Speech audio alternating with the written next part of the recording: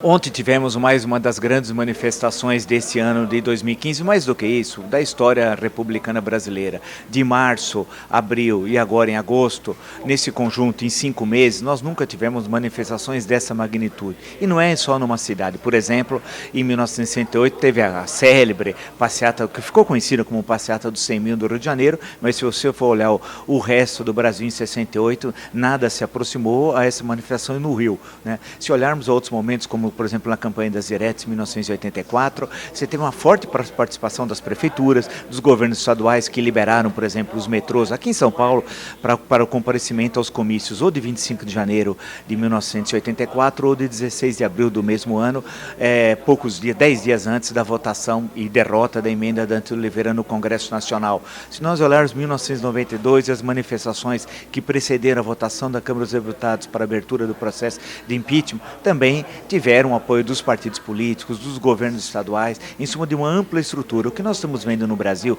nessas 3 manifestações, março, abril, agora e agosto, é algo radicalmente distinto. Você tem movimentos que convocam, que se organizam, que obtêm recursos, que através das redes sociais, a modernidade colocada pela internet, longe de sindicatos, longe de partidos políticos, longe do poder constituído, sem prefeituras, sem governos, nada, de forma independente, manifestam nas ruas a insatisfação da população brasileira frente a esse projeto criminoso de poder.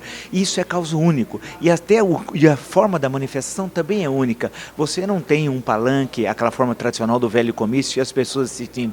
Não, você tem vários, vamos dizer assim, palanques espalhados, vários pequenos grupos discursando, as pessoas com cartaz, em suma, todos são protagonistas. Isso também é uma forma nova de fazer política. E o universo de cidades envolvidas, por exemplo, na manifestação de ontem, também você não encontra, assim como em março, assim como em abril, em outros países. Em outros países você tem a concentração numa cidade, se faz uma manifestação naquele local, geralmente na capital do país. Aqui não, aqui se espalhou pelo Brasil.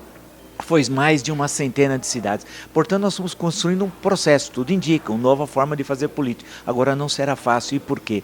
Porque o velho, a estrutura velha, petrificada, carcomida, corrupta, ainda ela é poderosa em Brasília. Há um descolamento entre Brasília e o Brasil tal. Por outro lado, o novo não consegue se construir e não consegue nascer efetivamente. Por quê? Porque o sistema, na visão mais ampla, ele é muito poderoso para ser destruído. Esse impasse pode ser perigoso.